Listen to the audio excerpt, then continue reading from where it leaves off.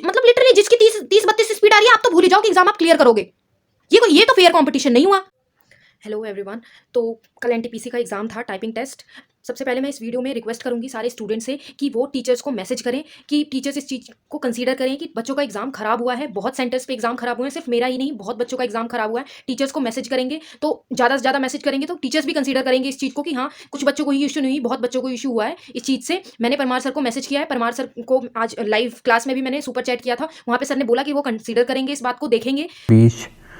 Disturb किया sir, बहुत student को प्रॉब्लम हुई है। कल एनटीपीसी टाइपिंग ख़राब हो गया, पावर कट, सिस्टम फेलियर से प्लीज़ हमारी प्रॉब्लम को एड्रेस करिए। आप बोलेंगे तो रीड का एसएससी विद निक्की। ओके, अच्छा निक्की जी देखते हैं, है ना, देखते हैं।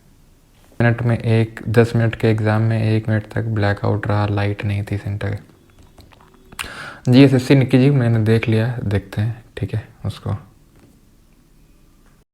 कल एग्जाम एंट्री ठीक से हुई, ठीक टाइम से एंट्री हुई, हम लोग लैब में भी चले गए। थर्ड शिफ्ट में एग्जाम था, तो सबसे ज़्यादा प्रॉब्लम इसलिए हुई लाइट जाने से, क्योंकि उस ठंड के टाइम पे उस टाइम तक अंधेरा हो जाता है, और लिटरली जब लाइट गई एग्जाम में तो पूरा ब्लैकआउट हो चुका था। और मतलब बच्चे मतलब मैंने कल वीडियो डाली तो उसमें बच्चे डिफेंड कर रहे हैं कि लाइट जाना ये कोई बड़ी बात नहीं है। कैसे बड़ी बात नहीं है? बहुत बच्चों का 30 32 स्पीड आती है, तो वो इस होप से जाते हैं कि हम अगर कुछ वर्ड्स कीबोर्ड देख के भी टाइप कर लेंगे तो हमारा हो जाएगा। मतलब आप तो आपके कहने से तो ये कंसीडर कर लें कि जिसकी 30-32 स्पीड आती है वो एग्जाम निकाल ही नहीं सकता, खाली वही निकालेगा जिसकी 40 या 45 आती है और वो टच टाइपिंग कर पाता होगा। बस ये कोई बात नहीं होती। यहाँ पे हमें 30 स्पीड चाहिए होती, चाहे हम कीबोर्ड देख के टाइप करें, ना देख के टाइप करेंगे, टच टाइप से टाइप करें, आपको 30 स्पीड चाहिए। और एग्जाम में स्टूडेंट को 100% फैसिलिटी प्रोवाइड होना ये कंपलसरी होता है। टाइपिंग के टेस्ट में लाइट कैसे जा सकती है? वो भी 10 मिनट का टेस्ट है, उसमें आप 1 मिनट तक लाइट नहीं दे रहे हो, तो मतलब मुझे समझ नहीं आ रहा 2-3 लोगों को ये प्रॉब्लम क्यों नहीं दिख रही। मतलब उनका एग्जाम बाय गॉड अगर ठीक चला गया है तो इसका मतलब ये तो नहीं है कि आप किसी और की प्रॉब्लम को कंसीडर नहीं कर। 1500 प्लस की स्ट्रोक का पैराग्राफ आया था सीजीएल में। जब नंबर ऑफ की स्ट्रोक ज्यादा थे एग्जाम में तो रीटाइपिंग हुई थी, तो देयर इज अ चांसेस कि इस एग्जाम में भी रीटाइपिंग हो।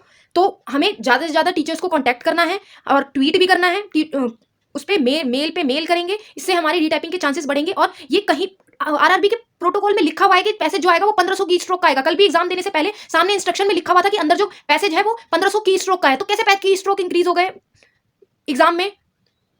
ये बहुत बड़ी प्रॉब्लम है। जिनकी स्पीड 30 या 32 आती है वो ये सोचते हैं हम रीटाइप तो नहीं कर पाएंगे, लेकिन जो पैराग्राफ आएगा उसी में अपनी एक्यूरेसी मेंटेन करके उस पैराग्राफ को हम ठीक से लिखेंगे।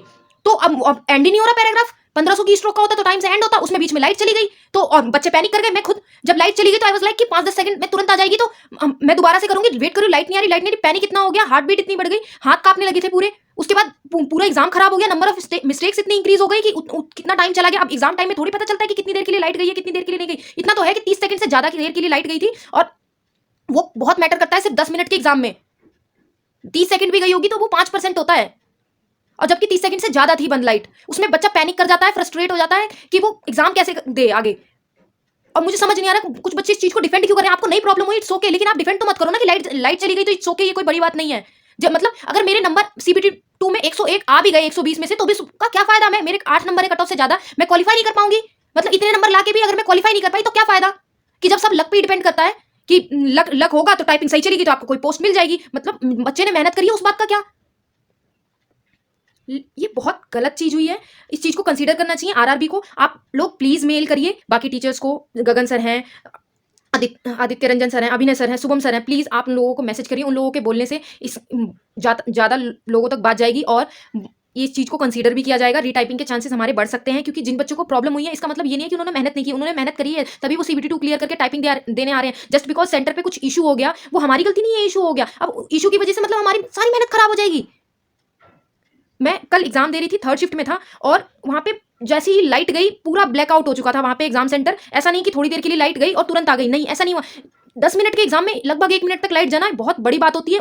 1 मिनट आप सोच रहे हो, 10 मिनट का एग्जाम है, उसमें वो 1 मिनट कितना लंबा फील होता है, वो बहुत ज्यादा फील। उतने में मैं खुद इतना पैनिक कर गई थी, मेरे हाथ शिवर कर, मेरी लिटरली स्पीड 40+ है और मेरे हाथ बिल्कुल शिवर कर रहे थे। उसमें नंबर ऑफ मिस्टेक, ये सोच के कि तुरंत लाइट आएगी, हाथ एकदम से शिवर करने लगे और नंबर ऑफ मिस्टेक्स बढ़ गई। और वहां पे ऑफिशियल्स इतने उन्होंने बिल्कुल भी कंसीडर नहीं किया इस चीज़ को। पहले मैंने उनसे बहुत रिक्वेस्ट करी कि आप प्लीज़ ऑफिशियल्स को लेके आओ, मुझे उनसे बात करनी है। उसके बाद एक जब ऑफिशियल आए तो उन्होंने इतनी र्यूडली, और मेरे लैब 9 में था मेरा लाउडली बात करी उन्होंने मेरे से कि मतलब इस तरीके से बात करी कि वो तेज बोलेंगे तो क्या मैं चुप हो जाऊंगी। उसके बाद भी मैंने बोला कि मुझे बात करनी है, फिर वो मेरे को ऑफिशियल्स के रूम में लेके गए। वहाँ पे सर थे, उन्होंने मेरी बात सुनी, लेकिन उन्होंने कुछ रिस्पॉन्स नहीं दिया। मैंने उनसे बोला कि आप मुझे रिटर्न में लिख के दे दीजिए कि हाँ सेंटर में एग्जाम में लाइट गई थी। उन्होंने कहा नहीं, ऐसा कुछ भी लिख के नहीं दिया जाएगा, और फिर वो चले गए। उन्होंने सिर्फ मेरी बात सुनी और कोई रिस्पॉन्स नहीं दिया, बस इतना बोला आप आरआरबी को मेल करिए, बस इसके अलावा उन्होंने कुछ नहीं दिया। और जब मेरे को उन्होंने ऑफिशियल रूम में बुलाया तो उन्होंने बाकी बच्चों को छोड़ दिया था, और जो जिन बच्चों को मेरे लैब में प्रॉब्लम थी उन्हें भी नहीं आने दिया था, सिर्फ मुझे नीचे बुलाया था रूम में, और सबको उसके बाद निकाल दिया। हम लोग लेट निकले थे, फिर कुछ बच्चे जब निकलने लगे तो ऑफिशियल रूम के पास आए थे जिनको प्रॉब्लम हुई थी, और फिर इतने में सारे बच्चे चले गए थे जब हम बाहर आए। लिटरली जिन बच्चों की स्पीड 30 या 32 आती है वो इस होप में जाते हैं कि एग्जाम में 30 चाहिए हमें, तो अगर हमें कुछ वर्ड्स देख के लिखने पड़े या हमने देख के टाइप के, तो हम उनको होप होती है कि हाँ वो एग्जाम निकाल सकते हैं। मतलब कुछ बच्चे डिफेंड कर रहे हैं कि लाइट चली गई होगी तो ये इतनी बड़ी प्रॉब्लम नहीं है जितना आप इस प्रॉब्लम को क्रिएट कर रही हो। मतलब उन बच्चों का क्या, जिनकी 30-32 स्पीड आती है वो इस होप में जाते हैं कि हम निकाल लेंगे। इवन मेरी 40+ आती है, मैं फिर भी जो कुछ वर्ड्स होते हैं जिसमें क्यों आता है या जेड आता है या यू यूज होता है, मैं कोशिश करती हूँ कि मैं उसको देख के लिखूं, कहीं मेरी एक्यूरेसी खराब ना हो जाए उससे। कॉमा और फुल स्टॉप वगैरह मैं देख के लगाऊं, क्योंकि यहाँ पे बैक स्पेस तो ऑफ है, तो एक्यूरेसी देखनी पड़ेगी। तो कई बार ऐसा होता है कि कोई वर्ड जो काफी बड़े होते हैं वो मैं देख के टाइप करती हूँ उससे कि मिस्टेक ना हो जाए। आप कैसे, आपका एग्जाम अच्छा गया इसका मतलब ये तो नहीं कि आप किसी की प्रॉब्लम को कंसीडर नहीं करोगे। आपका एग्जाम अच्छा गया, वेल एंड गुड, आप ठीक है आपका एग्जाम अच्छा गया, लेकिन आप बिल्कुल ये बोल रहे हो कि नहीं प्रॉब्लम ही नहीं हुई थी। मतलब ये समझ नहीं आ रहा कि आपको पता है प्रॉब्लम हुई थी, आप इसलिए सिर्फ डिपेंड कर रहे हो क्योंकि आपका एग्जाम अच्छा गया है। ये बहुत गलत बात है। आपको दिखा कि अगर 5-10 सेकंड के लिए लाइट नहीं होती ना, कोई कुछ नहीं बोलता। 10 मिनट के एग्जाम में 1 मिनट तक लाइट होना ये बहुत बड़ी बात है। और क्या फायदा होगा मेरा, मतलब मैं अगर 120 में से 101 नंबर लेके आ भी गई तो क्या फायदा अगर मेरी नौकरी नहीं लगी तो। मतलब मेरे कट ऑफ से 8 नंबर ज्यादा हैं, मेरे को इतना स्ट्रेस हो रहा है। और मैं लेवल 6 के लिए CBT 1 में क्वालिफाई नहीं हूँ। मैं इससे गई थी कि हाँ मेरे को टाइपिंग पोस्ट मिल जाएगी क्योंकि मेरे मार्क्स अच्छे हैं। अब मेरे को ट्रेन मैनेजर मिलेगी, मैं वो नहीं करूंगी।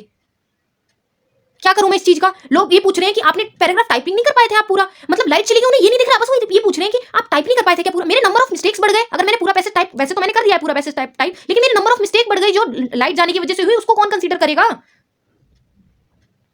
वो तो कोई नहीं देख रहा। मतलब क्यों डिफेंड क्यों कर रहे हैं, मुझे ये समझ नहीं आ रहा। जब आपको सामने प्रॉब्लम दिख रही है आप फिर भी ये डिफेंड कर रहे हो कि आपको इट्स ओके, इतनी बड़ी प्रॉब्लम नहीं है, जो कि नहीं होनी चाहिए थी। क्यों हुई, मेरे को इतनी प्रॉब्लम हुई, किसको कितनी ज्यादा प्रॉब्लम हुई उसको कौन देखने जा रहा है। बहुत बच्चे तो इसलिए नहीं बोले क्योंकि उनकी कट ऑफ से 1 नंबर या कुछ नंबर ज्यादा थे, तो लोग इसलिए भी नहीं बोले क्योंकि फाइनल रिजल्ट में 2-3 नंबर कट ऑफ बढ़ेगी, इसलिए कुछ लोगों ने इसलिए नहीं बोला। उनका क्या, जिनके नंबर ज्यादा है कट ऑफ से, मेरे 8 नंबर ज्यादा है, मैं क्या करूं। आप प्लीज डिफेंड मत करो, जिसको प्रॉब्लम हो रही है उसको आप अपनी आवाज उठाने दो। और आपको नहीं हुई बहुत अच्छी बात है, सबका स्टेट ऑफ माइंड एग्जाम में ऐसा नहीं होता है। बहुत पैनिक कर जाते हैं, बहुत का क्या बोलूं, मैं खुद पैनिक कर गई थी। अगर लाइट नहीं जाती तो मेरा टेस्ट अच्छा जाता, मेरी स्पीड अच्छी है, मैं पैराग्राफ रिपीट करके कम से कम आधा पैराग्राफ लिख सकती थी।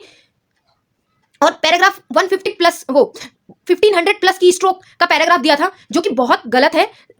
ये CGL के एग्जाम में भी जब नंबर ऑफ की स्ट्रोक ज्यादा थे पैराग्राफ में, मेंस में तो री एग्जाम हुआ था, तो इसमें भी चांसेस है कि री एग्जाम हो, क्योंकि 1500 की स्ट्रोक का पैराग्राफ आएगा। ये RRB के ने इंस्ट्रक्शन में प्रॉपर्ली मेंशन किया था, एग्जाम से पहले भी इंस्ट्रक्शन में मेंशन था कि सिर्फ 1500 की स्ट्रोक का पैसेज आएगा, और कम से कम ये 1700 या 1800 की स्ट्रोक का पैसेज था जो दिया हुआ था। तो ये सबसे पहली बात गलत है, क्योंकि बच्चे इसलिए लिखते हैं, वो टाइपिंग करते हैं जिनकी 30 या 32 स्पीड आती है कि हम स्लो करेंगे, भले हम रीटाइप नहीं कर पाएंगे लेकिन उसी में इतनी कम मिस्टेक करेंगे कि हमारा हो जाएगा। उनका क्या, वो तो मतलब टाइपिंग करते जा रहे हैं, पैराग्राफ खत्म होने का नाम नहीं ले रहे, टाइम कम बचा है, पैराग्राफ भी बचा है। वो उन्होंने अपनी टाइपिंग स्पीड थोड़ी तेज करी, उनके नंबर ऑफ मिस्टेक ज्यादा हो गए। मतलब लिटरली जिसकी 30-32 स्पीड आ रही है आप तो भूल ही जाओ कि एग्जाम आप क्लियर करोगे। ये तो फेयर कंपटीशन नहीं हुआ।